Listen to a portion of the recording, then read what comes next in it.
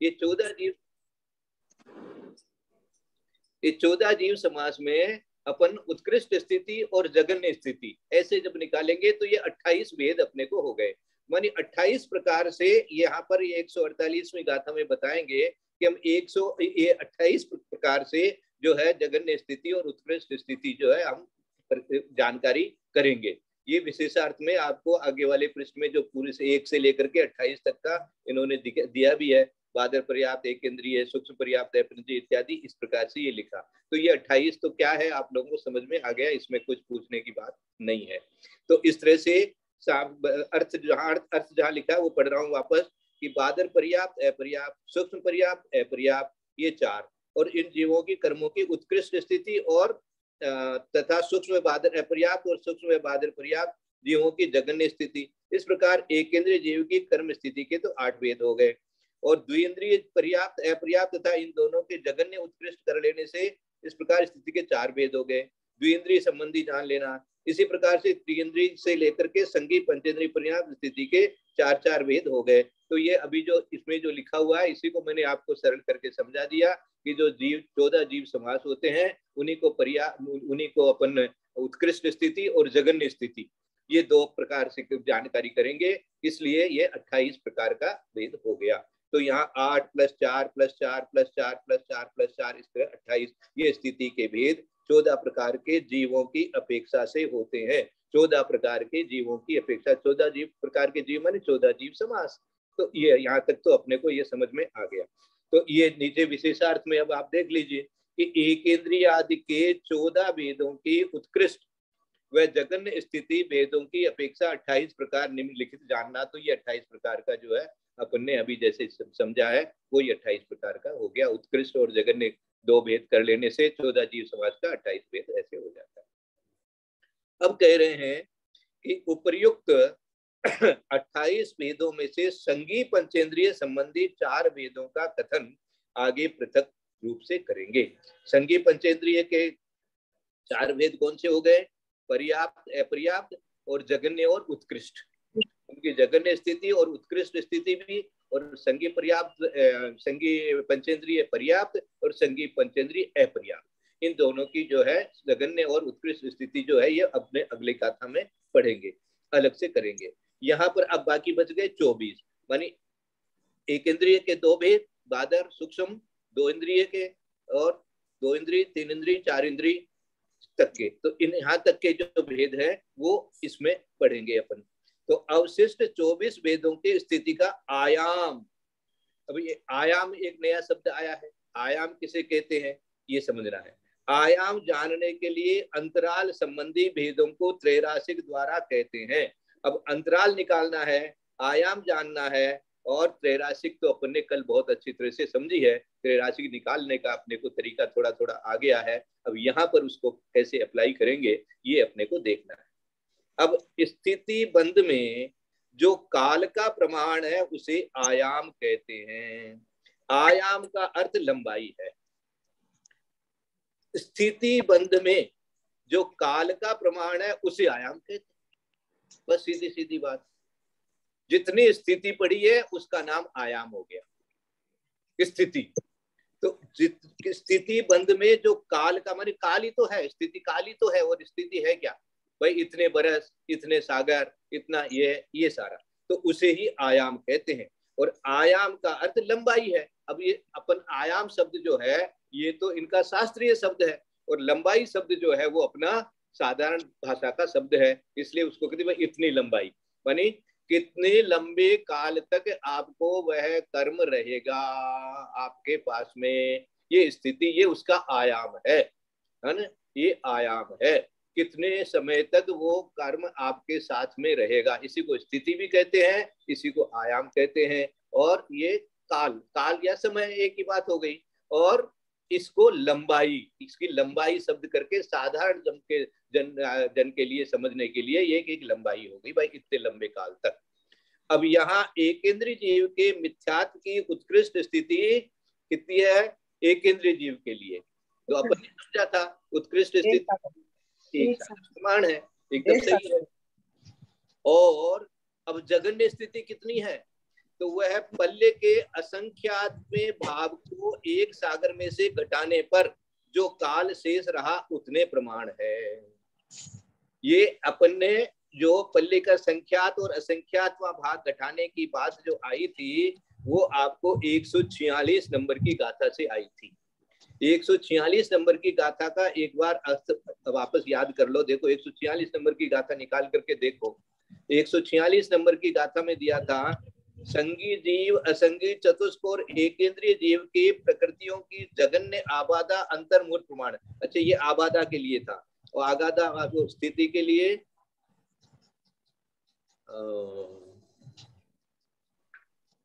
जगन्य उत्कृष्ट व जगन्य स्थिति जो उसमें 145 में दिया था। 144 होगा, 144 में 144 में भी था ना। हाँ ठीक ठीक ठीक, एक मिनट।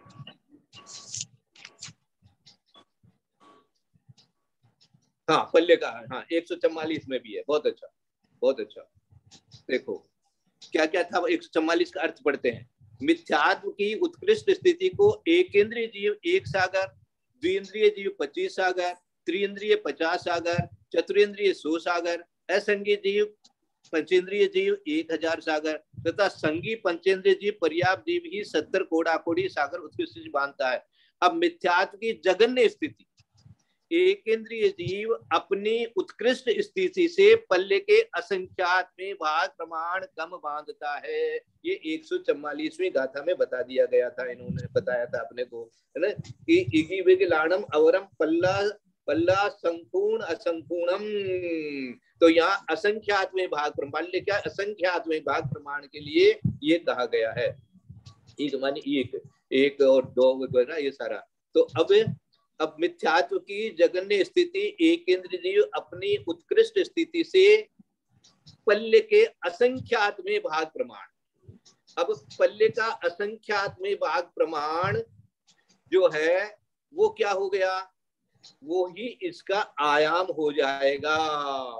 देखें, देखो क्या दिया है इन्होंने।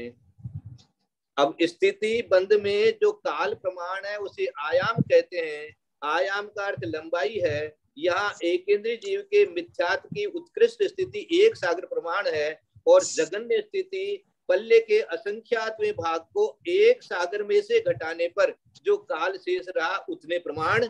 ये तो हो गई जगन्य स्थिति। अब जगन्य स्थिति और उत्कृष्ट स्थिति के बीच का समय जो है उसके बारे में आगे का सूत्र कहते हैं। आदि अंते शुद्धे वडिहिदे रूप संजुदे ठाणा। इस करण सूत्र से के अनुसार आदि मानी जगन्य स्थिति को अंत अर्थात उत्कृष्ट स्थिति में से घटाने पर जो प्रमाण शेष रहे उसमें एक एक स्थिति के भेदों में एक एक समय बढ़ता है। इसलिए वृद्धि के प्रमाण 1 का भाग देने पर उतना ही प्राप्त हुआ। उसमें 1 अधिक करने से एकेंद्रीय जीव के मिथ्यात्व की स्थिति के भेद पल्ले के असंख्यात में भाग प्रमाण हो जाएंगे। ये पल्ले के असंख्यात में भाग प्रमाण, क्योंकि दोनों का डिफरेंस कितना है, बोले पल्ले का असंख्यात भाग प्रमाण है। जैसे 100 है उत्कृष्ट और जगन्य है 40, जो 60 जो हो गया वो प्रमाण हो गया स्थिति का। तो अब ये कहां से लिया था अपन ने, ये भी मैं आपको बता देता हूं। ये अपन ने जो कल पढ़ा था, अच्छा, वृद्धि के प्रमाण का एक एक घटाने से, ये एक एक वाली जो बात आई थी वो कल 146वीं गाथा में दीदी ने भी भेजी है। हाँ, एक अंतो मुत, ये आबाधा के लिए आया था, एक एक करके। तो ये एक एक ही प्रमाण है, इसलिए। और मेरे ख्याल से इसके पहले वाले जो अपन ने जो पढ़ा था ना, कोड़ा कोड़ी सागर वाला जो कल अपन ने त्रैरासिक किया था, उसमें भी 1 की संख्या समझा दी थी उन्होंने कि एक एक करके है। इसलिए वो जो उनका जो था, क्या बोलते हो आप, डिफरेंस, कितना डिफरेंस है एक एक करके। चय जिसको कहते हैं, यहाँ चय जो था वो एक एक का था, इसलिए यहाँ एक एक करके ही आगे बढ़ रहा था। तो इसलिए जितना ये असंख्यात में भाग प्रमाण है उतने ही प्रमाण स्थिति के भेद हो गए।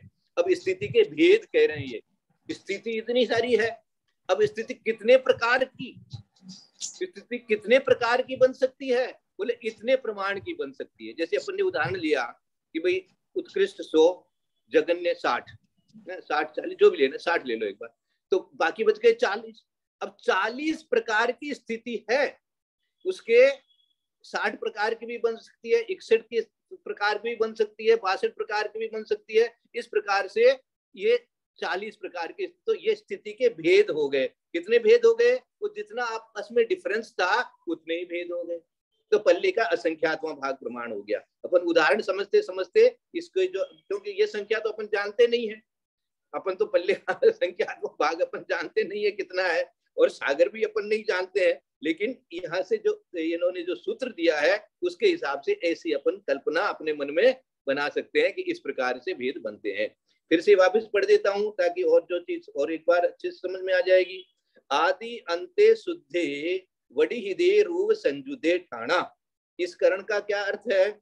आदि अंते, आदि मानी बिगिनिंग, तो इस कारण सूत्र के अनुसार आदि मानी जगन्य स्थिति को, अंते मानी अंत अर्थात उत्कृष्ट स्थिति में से वडी हृदय, हृदय कम करना है, जो प्रमाण शेष रहे उसमें एक एक स्थिति के भेदों में एक एक समय बढ़ता है। इसलिए इसको ब्रैकेट में इन्होंने लिखा कि एक एक करके, जहां एक एक करके बढ़ेगा वहां पर एक एक करके बताया जाएगा भेद।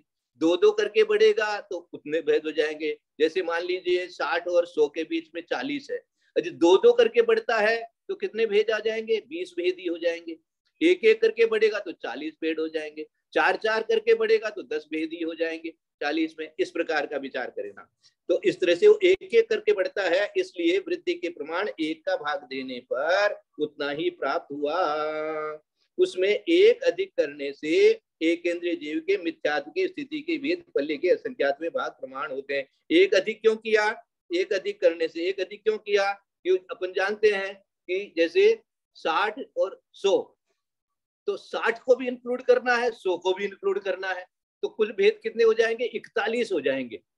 40 की जगह 41 भेद हो जाएंगे, क्योंकि 60 भी इंक्लूडेड है और 100 भी इंक्लूडेड है, इसलिए वो एक बढ़ाना पड़ता है। माने घटा करके 100 में से 60 घटाया, 40 आया, एक बढ़ा दिया, तो 41 भेद बन गए। 41 प्रकार के स्थिति के बंद हो गए यहाँ पर।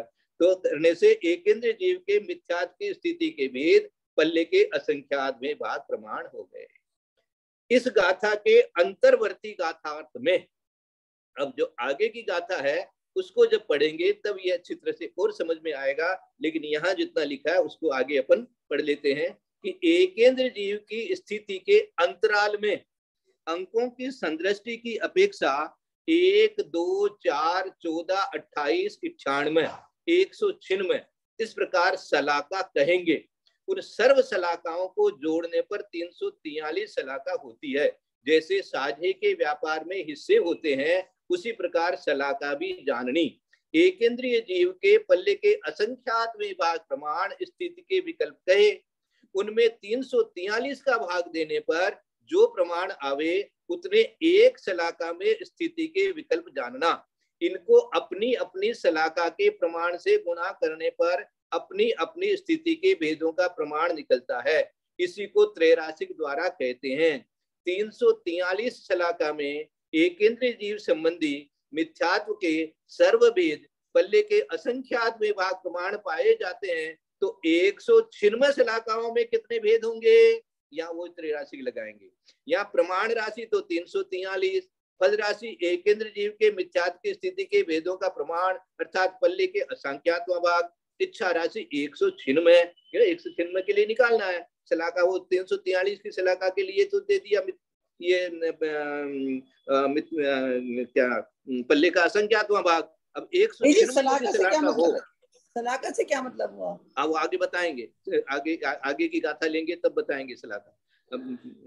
ये क्योंकि अब कह रहे हैं ना पहले ही कि देखो अंतर्वर्ती गाथा में, इस गाथा के अंतर्वर्ती गाथा में एक जीव की स्थिति के अंतराल में अंकों की संतुष्टि अपेक्षा इतना इतना, इस प्रकार सलाका कहेंगे। उन सर्व सलाकाओं का जोड़ने पर 343 सलाका होती है। ये आगे की गाथा से अपन समझ लेंगे, तो गाथा सामने रख करके पढ़ाएंगे तो ज्यादा अच्छा रहेगा। अभी आगे की गाथा लेते हैं, पहले यहाँ इतना सा समझ लें कि ये इसमें कहना क्या चाहते हैं सलाका के बारे में।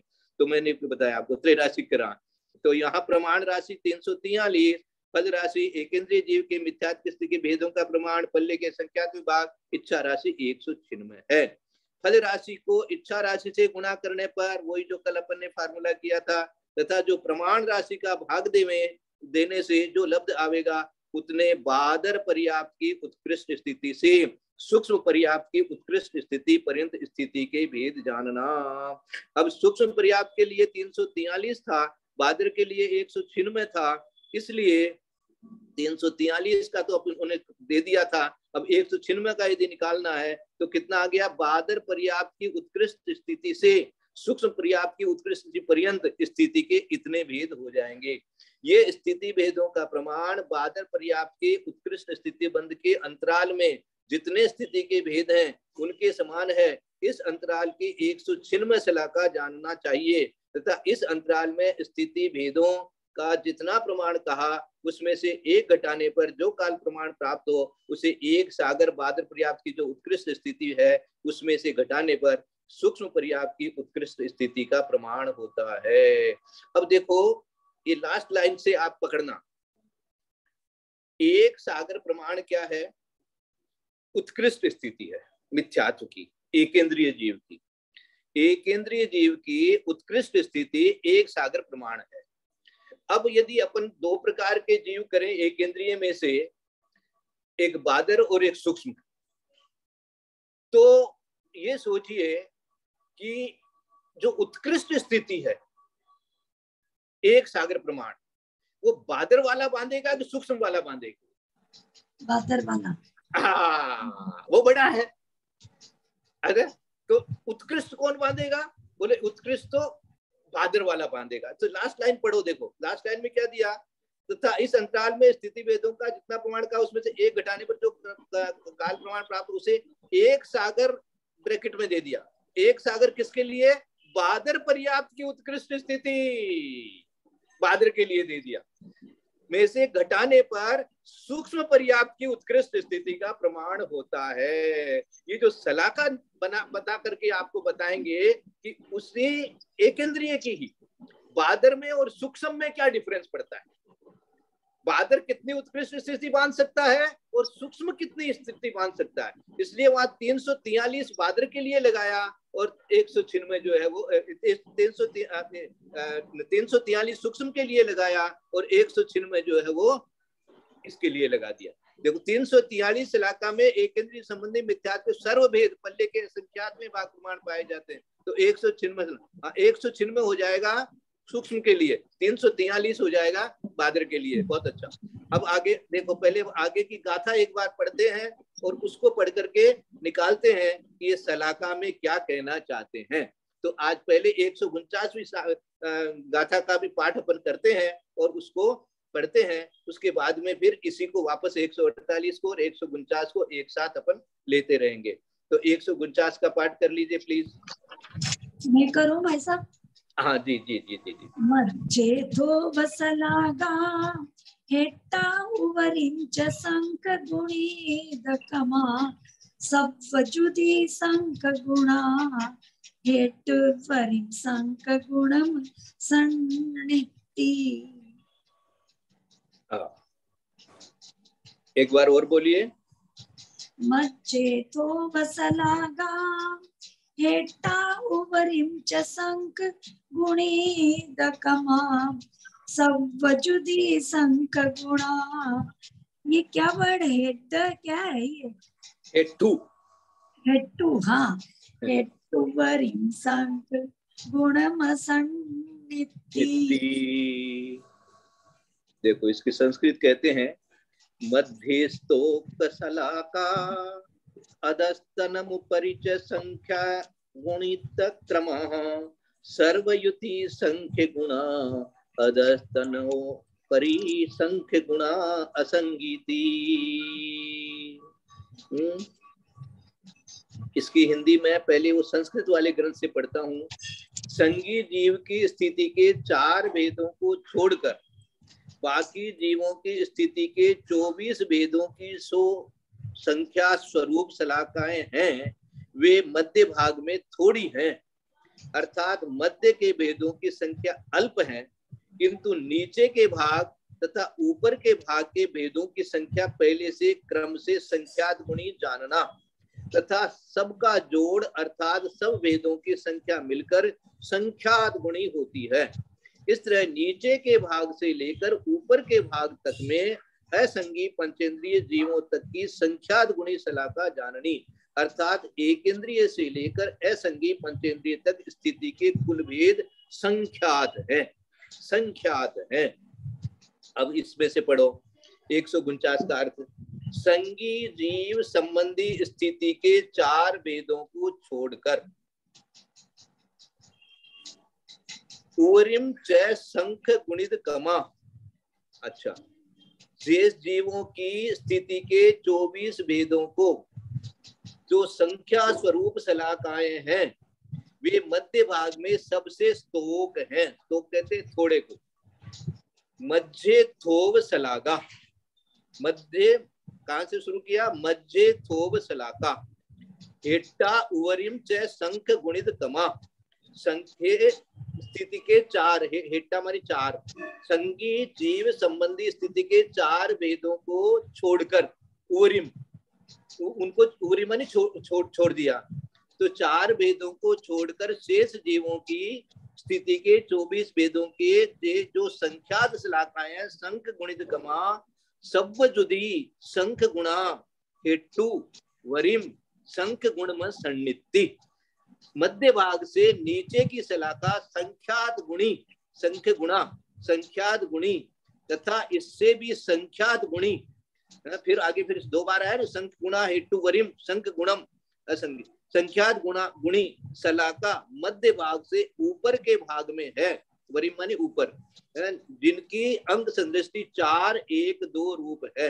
इन तीनों को जोड़ देने पर जो लब्ध आवे उससे संख्यात गुणी अधस्थ अनुवर्ती दूसरे भाग और उससे संख्यात गुणी ऊपरी तन द्वितीय भाग में है।